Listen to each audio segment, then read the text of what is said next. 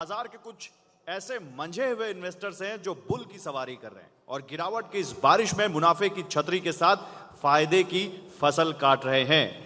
तो बाजार की धड़कन टटोलकर शेयरों की नब्ज पकड़ने में माहिर एक ऐसे ही बड़े मार्केट इन्वेस्टर हमारे बीच मौजूद हैं। मैं मंच पर आमंत्रित करना चाहूंगा एस इन्वेस्टर और बाजार के महारथी विजय केडिया जी को। विजय जी मंच पर आए और अपने इन्वेस्टमेंट के दांव पेचों की थोड़ी जानकारी हमारे इन्वेस्टर्स को भी दें ताकि वो बाजार की उठापटक के बीच अपने निवेश को सुरक्षित कर पाएं। और इस फायर साइड चैट को मॉडरेट करने के लिए मैं स्टेज पर बुलाना चाहूंगा मनी 9 के कंसल्टिंग एडिटर सुमित मेहरोत्रा को। Sumit, all yours.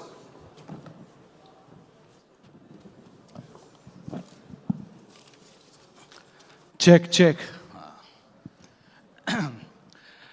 आप मतलब इंट्रोडक्शन की तो कोई ज़रूरत ही नहीं है, विजय सर के बारे में सभी को सब कुछ पता ही है।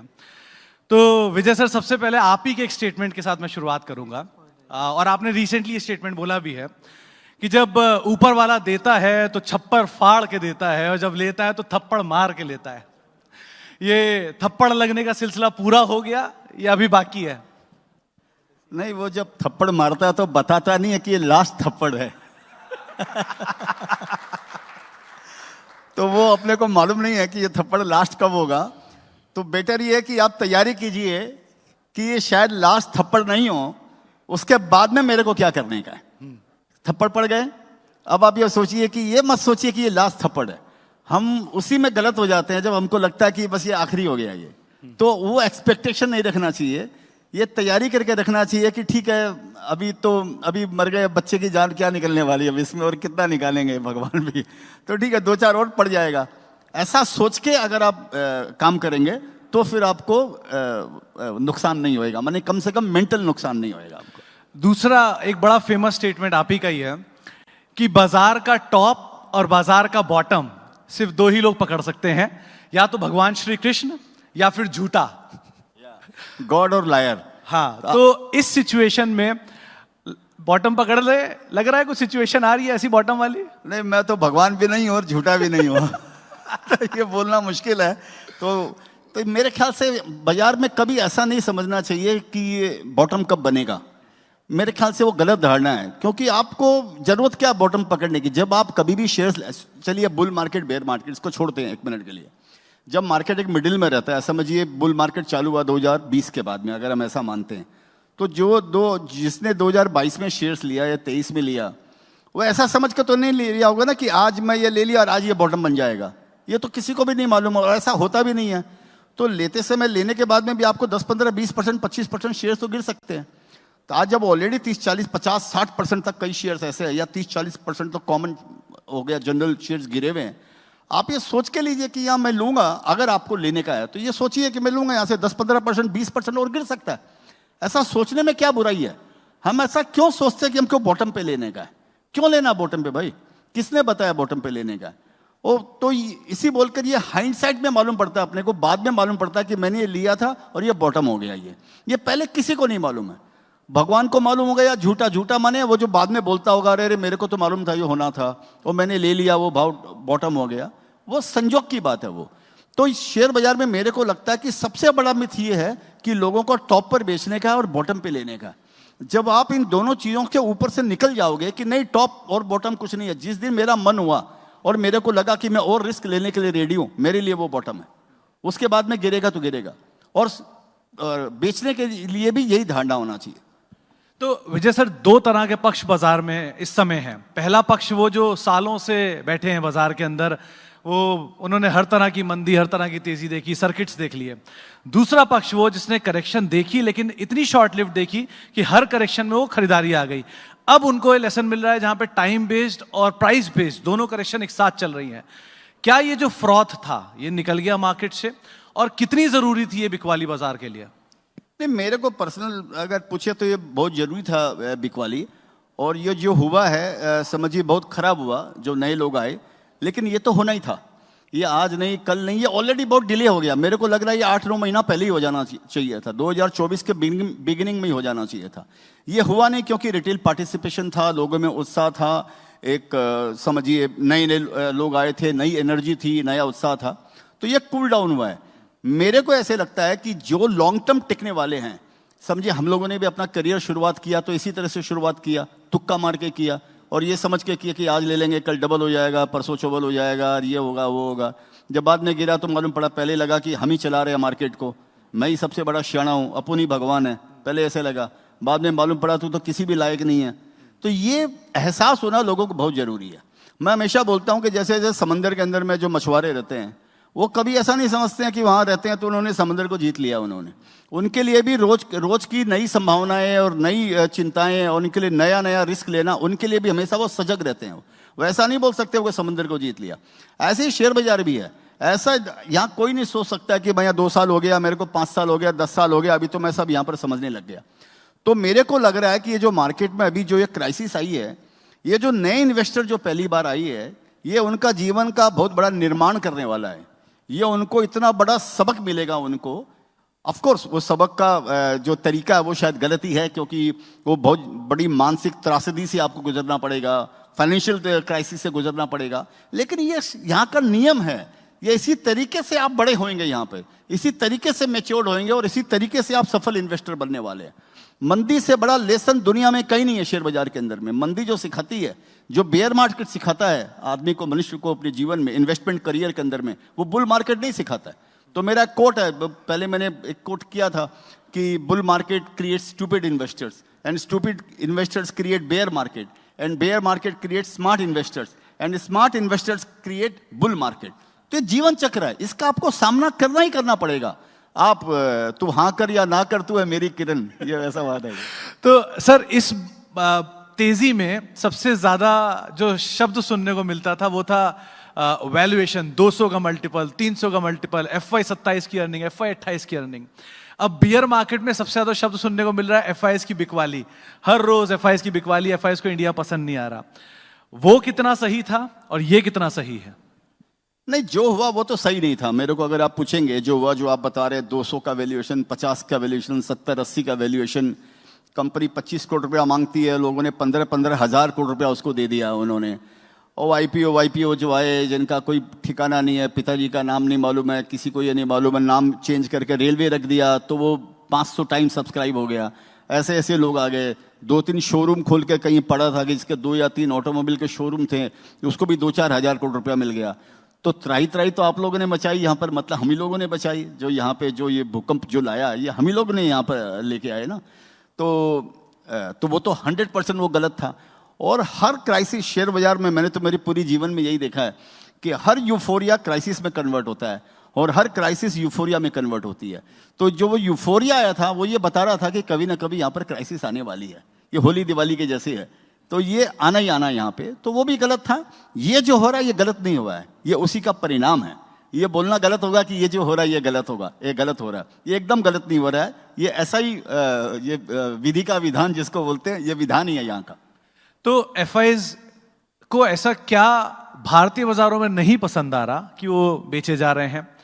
आपने खुद भी चाइना में इन्वेस्ट किया है और चाइनीज मार्केट अट्रैक्टिव भी है। सो कहां तक हम अनअट्रैक्टिव हैं, कहां तक वो अट्रैक्टिव है, कहां जाके हम अट्रैक्टिव होंगे और कोई और बाजार अनअट्रैक्टिव होगा? नहीं, ये तो देखिए साइकिल चलते रहता है। चाइना को जहां तक सवाल है, मैं तो म्यूचुअल फंड में इन्वेस्ट किया, क्योंकि म्यूचुअल फंड इंडिया में लिस्टेड है ऑलरेडी, सेबी ने, गवर्नमेंट ने लिस्ट किए हैं। तो मैं तो उस परिधि के अंदर में मैंने उनको इन्वेस्ट किया, और इसलिए किया कि वो 16 साल उसने कोई परफॉर्म नहीं किया। और इकोनॉमी 16 साल में कहाँ से कहाँ पहुँच गई, चाइना की इकोनॉमी 16 साल में कहाँ से कहाँ पहुँच गई, और स्टॉक मार्केट ने परफॉर्म नहीं किया। तो मेरा तो एक इन्वेस्टमेंट कॉल था मैंने वो। और इसके क्या क्वेश्चन था इसका, चाइना कि इंडियन मार्केट कहाँ आप अट्रैक्टिव होते हुए देख रहे हो वापस? तो इंडियन मार्केट भी ऐसा है। देखिए, मेरे को कैसा लग रहा है ना कि जो महाकुंभ का टाइम था ना, वो तो शेयर बाजार में खत्म हो गया। वो जो महाकुंभ आता 12 साल 14 साल में एक जो महाकुंभ आता, वो एक बार खत्म हो गया है। कुंभ हर साल आएगा, वो कुंभ खत्म नहीं होता है, लेकिन वो महाकुंभ खत्म हो जाएगा। तो प्रयागराज में नहाने के लिए अभी भी आपको मौका मिलेगा, शुद्धिकरण करने के लिए। तो ये तो चलता रहेगा, ये तेजी मंदी का दौर चलता रहेगा। मेरे को क्या लगता है कि 2003 के बाद में इंडिया में जो मेजर एक स्ट्रक्चरल जो चेंज हुआ है, वो ये हुआ है कि बुल मार्केट जो है वो बड़े होने लग गए हैं और बेयर मार्केट छोटे होने लग गए हैं। 2003 के पहले बेयर मार्केट जो होते थे वो 3-3 साल 4-4 साल चलते थे, और बुल मार्केट 8-9 महीने 10 महीने में खत्म हो जाता था। 2003 के बाद में 3 वाला जो बुल मार्केट था वो समझिए 4-5 साल चला। उसमें भी बीच में 15% 20% के उतार चढ़ाव आए, शेयरों में 25-30% के उतार चढ़ाव आए, ऐसी बात नहीं है उसके अंदर में। लेकिन वो बुल मार्केट जो अगर मानते हैं तो 4-5 साल चला। उसके बाद में कोविड की क्राइसिस आई और 9 महीने के अंदर में लो बन गया। लो बनने के बाद में वो लो फिर मार्केट ने कभी तोड़ा नहीं। फिर मार्केट टाइम वाइज करेक्शन दिया और इंडिविजुअल स्क्रिप्ट उस समय भी मल्टीपल हुए। 2009 से 8 से 14 के बीच में भी इंडिविजुअल स्क्रिप्ट ऐसी है जो मल्टीप्लाई हुए। वो कोविड के टाइम में भी ऐसा हुआ। वो बुल मार्केट 14 के बाद जो बुल मार्केट चला समझिए 2020 तक या 19 तक, जो भी कोविड का जो भी है 20 तक समझिए चला। उसके बाद में जो कोविड के बाद में जो सेंचुरी की सबसे बड़ी क्राइसिस आई, वो भी 9 महीने के अंदर में इंडेक्स टू इंडेक्स अगर देखेंगे, इंडिविजुअल स्क्रिप्ट की बात नहीं करूँ, इंडेक्स टू इंडेक्स बॉटम बना दिया था। उसके बाद वो इंडेक्स कभी तोड़ा नहीं। फिर उसके बाद में जो हुआ वो सबके सामने है। मेरे को लगता है इस बार भी ऐसा ही होने वाला है। ये अल्टीमेटली जो भी ये चल रहा है ये 9 महीने में खत्म हो जाएगा। अगर मैं न्यूमरोलॉजी को अगर लगाऊं, उसका सिद्धांत लगाऊं, तो 9 महीने में खत्म हो जाएगा। तो सितंबर से चल रहा है तो शायद जून तक खत्म हो जाना चाहिए। इंडिविजुअल स्क्रिप्ट है, उनकी चाल अलग अलग रहती है। वो कभी बॉटम बन जाते हैं, कभी बाद में बनते हैं, कभी पहले बनते हैं, क्योंकि 6000-7000 शेयर्स है, वो सब एक चाल तो एक पैटर्न में नहीं चलते हैं। तो इंडेक्स को देखना भी डिसेप्टिव है, मेरे को ये भी लगता है। तो सर ये सिचुएशन में जब बाजार में इतनी गिरावट आई है, 2 सूरत खुलती हैं आपके ही हिसाब से। पहला या तो भाग लो या दूसरा भाग लो, इधर पार्टिसिपेट और रन अवे। आप किस पक्ष में हो? नहीं, अभी तो भागना जो रनवे है वो टाइम चला गया। अभी तो आपको भाग ही लेने का है अभी, और वो बेचने का टाइम था वो गया। वो अभी तो ऑलरेडी सब 40-40 50-50 टका गिर गए अभी उसके अंदर में। लेकिन आपको ये चुनाव करने का है। कई शेयर्स ऐसे भी इसके अंदर में आपको मिलेंगे कि जिन्होंने 2024 में जो भाव बनाए ना, हो सकता है वो भाव उनके आए भी नहीं। 5 साल नहीं आए, 10 साल नहीं आए या 2 साल नहीं आए, मेरे को नहीं मालूम है। लेकिन इसी बोल के ये इंडिविजुअल स्टॉक्स को आपको स्टडी करना पड़ेगा। कुछ शेयर्स ऐसे हो सकते हैं जिनका बॉटम बन गया, जो यूफोरिया में और आप लोगों ने वो जैसे हैंगओवर पीरियड के अंदर में जो भाव बना दिए, जो वो भाव नहीं आने वाले हैं उसको। और जो बढ़िया स्क्रिप्ट है जिसको रीजनेबल, जिसमें उछाल भी रीजनेबल आया था जिसमें समझिए, और आज वो गिर के कई ऐसे अट्रैक्टिव लेवल पे अगर आ गए हैं तो उनके लिए आपको लेने का टाइम है। वो शेयर आपको अच्छा रिटर्न देने वाले हैं। सर तो तेजी में कोई सुनता नहीं था, मंदी में कोई सुनने लायक नहीं बचता, तो एक समय पर मतलब 200 के मल्टीपल के शेयर या 50 के मल्टीपल के शेयर को भी लाइन लगा के लोग ले रहे थे। आज के समय में 15 के मल्टीपल पे, 20 के मल्टीपल पे भी मिल रहा है, उसको भी कोई लेने को तैयार नहीं है।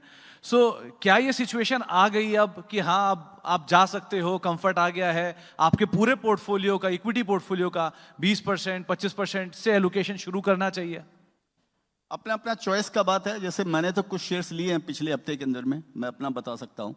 मैंने कुछ शेयर्स लिए हैं और ये समझ के लिए हैं कि ऊपर से 35-40 टका घटा हुआ था, मैं समझ के लिए 10-15% और घट जाएगा। तो ये समझ के मैंने लिए हैं कि फिर कल हो ना हो तो और गिरेगा तो गिरेगा भी। तो अगर कोई मिड कैप, स्मॉल कैप या ब्रॉडर मार्केट्स की कोई पॉकेट आपको दिख रही है कि हाँ ये पॉकेट लग रहा है कि थोड़ी सी कंफर्टेबल आ चुकी है, जहां पे एटलीस्ट खोने के लिए बहुत कुछ ना हो? ये बोलना मुश्किल है। अगेन जैसे इंडिविजुअल स्टॉक्स होते हैं, मतलब हर शेयर्स का अलग अलग पैटर्न होता है, अलग अलग उनकी वैल्यूएशन होती है। तो ये बोलना मुश्किल है। और मेरे को पावर से रिलेटेड शेयर्स मेरे को अच्छे लगते हैं, जो पावर को फाइनेंस देते हैं या पावर को फाइनेंस करते हैं, या सिर्फ पावर के, क्योंकि मेरे को लग रहा है कि उनकी वैल्यूएशन पहले भी रीजनेबल थी, अभी गिरने के बाद में बहुत अट्रैक्टिव हो गई है। और वो फ्यूचर पावर का बढ़िया रहना चाहिए, डेफिसिट रहना चाहिए, उसकी डिमांड रहनी चाहिए, पावर प्लांट बैठने चाहिए। तो मैंने सेफ समझ के ऐसे किया कि ऑलरेडी 5-6-7 के पी में शेयर मिलते हैं, तो अभी बच्चे की जान लोगे जैसे मैंने बोला, इसमें खोने के लिए क्या, फिर है तो है, फिर तो धंधा कर रहे हैं, फिर तो बिजनेस है इसमें। तो एक और चीज, पहले इंडियन ग्रोथ स्टोरी इंटैक्ट थी, सबको लग रहा था ग्रोथ स्टोरी है, 3rd लार्जेस्ट इकोनॉमी है, बहुत अच्छी कंजम्पशन ड्रिवन स्टोरी है इंडिया की, इसलिए पैसा डल रहा था कंटिन्यूअसली, SIPs के फ्लोज भी आ रहे थे, नए डीमैट अकाउंट भी खुल रहे थे। एक मंदी आते ही डीमैट अकाउंट की संख्या कम हो गई, SIP कैंसिलेशन शुरू हो गए, वो उम्मीदें भी थोड़ी थोड़ी टूटनी शुरू हो गई कि हम 3rd इकोनॉमी बनेंगे कि नहीं बनेंगे वाली। लेकिन ये सब सिचुएशन क्या तेजी मंदी को देख के ही हो रही है, या एक्चुअल में आपका जो जर्नी है उसका हिस्सा है ये आता ही रहेगा, जाता ही रहेगा? ये जब से मैं शेयर बाजार में तब से ऐसे ही देखा है मैंने। इसके अंदर भी कुछ ज़्यादा पढ़ना नहीं चाहिए। सो लोग बोलते रहते हैं सिप बंद हो गए, इतने ये हो गए, ऐसा बकवास, कोई खास बात नहीं है। वो बंद हो गए, ये हो गए। कई सिप तो ऐसे भी होंगे जिन्होंने सिप के अकाउंट खोल लिए, एक बार 500 रुपये डाल दिए, बाद में नहीं खोला, बाद में नहीं डाला। ऐसे भी करोड़ों अकाउंट होंगे इसके अंदर में। जो अभी आशीष जी ने बताया कि भाई 20 करोड़ अकाउंट है, लेकिन 11 करोड़ ही जो भी यूनिक जो अकाउंट है वो 11 करोड़ है। तो ये तो चलते रहते हैं इसके अंदर। आप उससे क्या अंदाजा लगाएंगे शेयर बाजार के अंदर में? आप बताइए कि इतने सिप बंद हो गए। अरे मैंने 4 अकाउंट खोल रखा होगा, मैंने एक अकाउंट में कर रहा हूँ, 3 अकाउंट बंद कर दिया और 250 रुपया डाल कर मैं सिप का अकाउंट खोल देता हूँ। आप उसका क्या अकाउंट, उसका हिसाब रखने वाले बंद हो गए। तो बंद हो गए तो अच्छी बात है, बंद हो गए तो बढ़िया है। अगर कुछ थोड़ा सा फ्रोत नीचे आ रहा है, लोगों के सेंटीमेंट थोड़े वापस जमीन के ऊपर में आ रहे हैं, तो मैं, और ये शुरू से हमेशा मैंने ऐसे ही देखा है, जब तेजी बाजार रहता है तो समझिए इन्वेस्टर की संख्या समझिए 1 करोड़ होती है। फॉर एग्जाम्पल तेजी मार्केट आता हो, रेड हॉट तेजी मार्केट आएगा, वो 1 करोड़ की संख्या 2 करोड़ हो जाएगी। और जब बाजार में एकदम वापस वो क्राइसिस आकर आएगी, वो 2 करोड़ वाले 1.25 करोड़ रह जाएंगे। लेकिन वो पुराने 1 करोड़ वाले वो 1.25 करोड़, जैसा हायर टॉप हायर बॉटम बनता है शेयर बाजार में टेक्निकल टर्म्स में, वो यहाँ सिप इसमें भी यही बनता है। अभी अब 11 करोड़ इन्वेस्टमेंट अकाउंट है सिप के, माने जो भी इन्वेस्टर पार्टिसिपेशन है, 11 करोड़ यूनिक अकाउंट है। करोड़ 1.5 करोड़ बंद भी हो जाएंगे तो क्या हो गया, वो थोड़े दिन बाद में वापस आ जाएंगे वो। तो मैं उसमें कुछ ज़्यादा पढ़ता नहीं हूँ। इंडियन मार्केट बहुत डीपली अंडर पेनिट्रेटेड है। अभी थोड़ी पहले आशीष सर कह के गए हैं, करीब करीब 4 crore insurance, 18 crore demat account, ये सब भी वो 2020 की कोविड के बाद से एकदम से तेजी आई हुई है। So looking at the penetration of Indian market, पहली चीज यहां से कितनी ग्रोथ आप उम्मीद लगाकर चल रहे हो? दूसरा, बहुत सारे इन्वेस्टर्स आपको सुनते हैं, देखते हैं यहाँ पर, अदरवाइज क्या मैसेज आप दोगे इस टर्मोइल सिचुएशन में? देखिए मेरे को क्या लगता है, इंडिया में एक ड्रामेटिकल एक स्ट्रक्चरल चेंज हुआ है। जो हम पहले बातें करते थे, समझिए 20-30 साल पहले, रोटी कपड़ा और मकान, इंडिया इसी के अंदर में बैठा रहता था। रोटी कपड़ा मकान इतना मिल जाए तो प्रभु मिल गए, सबके मन में ये रहता था उसको। उसके बाद में समझिए एक सिनेरियो चेंज हुआ, और 1995 के बाद में तो रोटी कपड़ा मकान में डेटा जुड़ गया कि रोटी कपड़ा मकान और डेटा, कि अब आदमी डेटा के बिना नहीं रह सकता है। कि आप चाहे वो रोटी कम खा सकते हो, डाइटिंग कर सकते हो, कपड़े कम पहन सकते हो, डेटा तो चाहिए। सुबह गुड मॉर्निंग से लेकर रात को गुड नाइट किस तक आपको डेटा चलते रहता है आपका। तो ये भी जुड़ गया इसमें डेटा। एक इसके अंदर में 5वां और जुड़ गया, वो है सिप। तो मेरे को लगता है रोटी कपड़ा मकान डेटा और सिप, ये एक रेवोल्यूशन हुआ है ये। और जो यंग इन्वेस्टर्स जो आए हैं, आप देखिए इंडिया के अंदर में, जो अगर मेरे आंकड़े गलत हो सकते हैं, शायद 80 करोड़ बैंक अकाउंट है, यूनिक बैंक अकाउंट 80 करोड़ है, unique bank account, double triple को छोड़ दें। और अभी तो हम 11 करोड़ पे ही हैं। तो मेरे को लगता हो सकता है टाइम ऐसा भी आएगा, जितने अपने बैंक अकाउंट है उतने यहाँ पर डीमेट अकाउंट होंगे, या उतने शेयर्स के अकाउंट, ट्रेडिंग अकाउंट खुलने वाले, चाहे वो सिप के लिए खुले, इन्वेस्टर के लिए। ये कल्ट शुरू हुआ है शेयर बाजार के अंदर में। इसमें टाइम लग सकता है, बीच बीच में झटके आएंगे। ये झटके आपको देखने पड़ेंगे। झटके आपको फिल्टर करते हैं आपको, आप उसमें शुद्ध हो जाते हो। गंगा में जैसे डुबकी मारते हो, उसके बाद में बोलते हैं हम शुद्ध हो जाते हैं, वैसे बेयर मार्केट को गंगा समझ कर डुबकी मार के आप शुद्ध हो जाते हो। आप नेक्स्ट के लिए आप तैयारी करते हो, आपको बहुत सारा ज्ञान आपके अंदर में आ जाता है, मोक्ष आ जाता है आपके अंदर में। तो सर, हमेशा से, जब से मैं आपको सुन रहा हूँ फ्रॉम एजेस, आप हमेशा से बुलिश रहे हो इंडियन मार्केट को लेके, इंडियन ग्रोथ स्टोरी को लेके, स्टॉक स्पेसिफिक, सेक्टर स्पेसिफिक। अगर विजय केडिया जी को किसी चीज से डर लगता है इन टर्म्स ऑफ मार्केट, तो वो क्या चीज होगी? नहीं देखिए, मार्केट से मेरे को डर नहीं लगता है। मेरे को जब तक इंडियन इकोनॉमी के अंदर में जब तक ग्रोथ है, और एक चीज़ मेरे दिमाग में बड़ी बैठी हुई है, बहुत सालों से, शायद 15 सालों से या 20 सालों से एक चीज़ दिमाग में बैठी हुई है। कोई भी कंट्री में जब तक प्रोडक्टिविटी की ग्रोथ रहती है और पॉपुलेशन की ग्रोथ रहती है, तब तक उसका अपस्विंग, उसका शुरुआत रहती है, उसका जो ऊंचाई जो है वो छूते रहता है। तो इंडिया के अंदर में प्रोडक्टिविटी ग्रोथ भी है। कुछ बीच के 1-2 साल छोड़ दें तो शायद मैंने एक जगह पढ़ा था, 1990 के बाद में कोई भी साल ऐसा नहीं था जिस इंडिया ने 5% ग्रो नहीं किया हो। ठीक है, 5% की ग्रोथ हमारी नहीं रही। बीच के 2-3 कोविड का मालूम नहीं, और 1-2 साल अगर छोड़ें तो कंस्टेंट कम से कम 5% कंटिन्यूस ग्रो किया है इंडिया। और वो पॉपुलेशन ग्रोथ भी हमारी 1-1.5% रहती है, अभी शायद घट के 0.75 या 1% पॉपुलेशन ग्रोथ है। तो जब तक ये पॉपुलेशन ग्रोथ और प्रोडक्टिविटी ग्रोथ जब तक है, तब तक इंडिया में, तब तक मंदी नहीं सोचनी चाहिए आपको।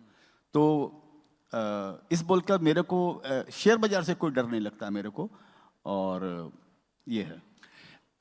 इस समय एक और ट्रेंडिंग टॉपिक है ट्रम्प साहब, ट्रम्प टैरिफ अब नया ट्रेंडिंग टॉपिक है।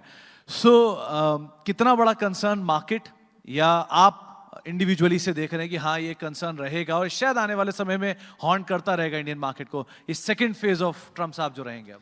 नहीं, वो करता रहेगा, उनकी आदत है बोलते रहने की, वो रोज बोलेंगे कुछ ना कुछ ऐसा ही बोलेगा वो, फिर दूसरे दिन चेंज भी कर देगा। आज भी मैंने थोड़े दिन अभी शायद पढ़ा, उन्होंने मैक्सिको या कनाडा पर क्या टैरिफ कर लगाया था, आज शायद चेंज कर दिया, शायद अब वो गलत पढ़ा कि सही पढ़ा मालूम नहीं।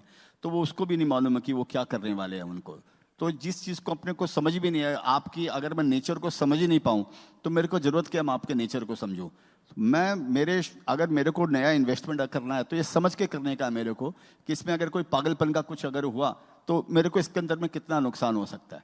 आप एक इसके अंदर में एक पॉइंट वो भी जोड़िए, जो आप नेगेटिव रेड फ्लैग जिसको हम बोलते हैं, इस पे पॉइंट जोड़िए कि कल करके अल्टीमेटली मेरे को लगता है कि वो खुद अपनी कंट्री का नुकसान करने वाले। और जिस तरीके से वो टैरिफ की बातें करते हैं, ऑलरेडी वहाँ पर इन्फ्लेशन हाई है, अभी थोड़ा बहुत कंट्रोल हुआ 1 साल, वो ऑलरेडी और शूटअप हो जाएगा।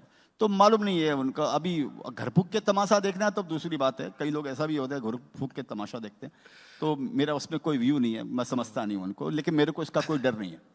तो सर लास्टली, क्योंकि हर बार तेजी में जब बुल मार्केट थी तो आपने बहुत सारे गाने गाए, बहुत अच्छी अच्छी तेजी के गाने गाए।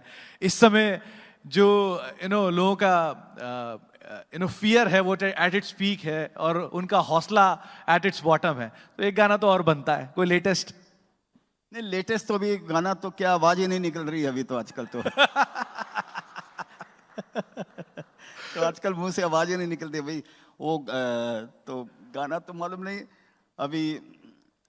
मैं ये बाजार की स्थिति जो जैसी स्थिति हुई है जी, उसमें वो एक मैंने गाना पहले लिखा था, थोड़ा पैसा जो आना शुरू हो गया, मुझको लगने लगा मैं गुरु हो गया, कॉन्फिडेंस वो आया, बड़ा दाव लगाया, पैसा इतना डुबाया मजा आ गया, ऊपर लेता रहा नीचे बेचता रहा, कुछ समझ में ना आया मजा आ गया, मेरे अंकल के ड्राइवर से नॉलेज लिया, न पढ़ाई की ना ही कॉलेज किया, लोगों की सुन लिया, पेनी स्टॉक चुन लिया, पैसा इतना गवाया मजा आ गया। मजा आ गया, सच में मजा आ गया। बहुत बहुत शुक्रिया सर, हमारे साथ मौजूद रहने के लिए, समय देने के लिए, बातचीत करने के लिए और हर बार की तरह इनलाइटन करने के लिए हम सबको। बहुत बहुत शुक्रिया sir. Thank you sir, thank you.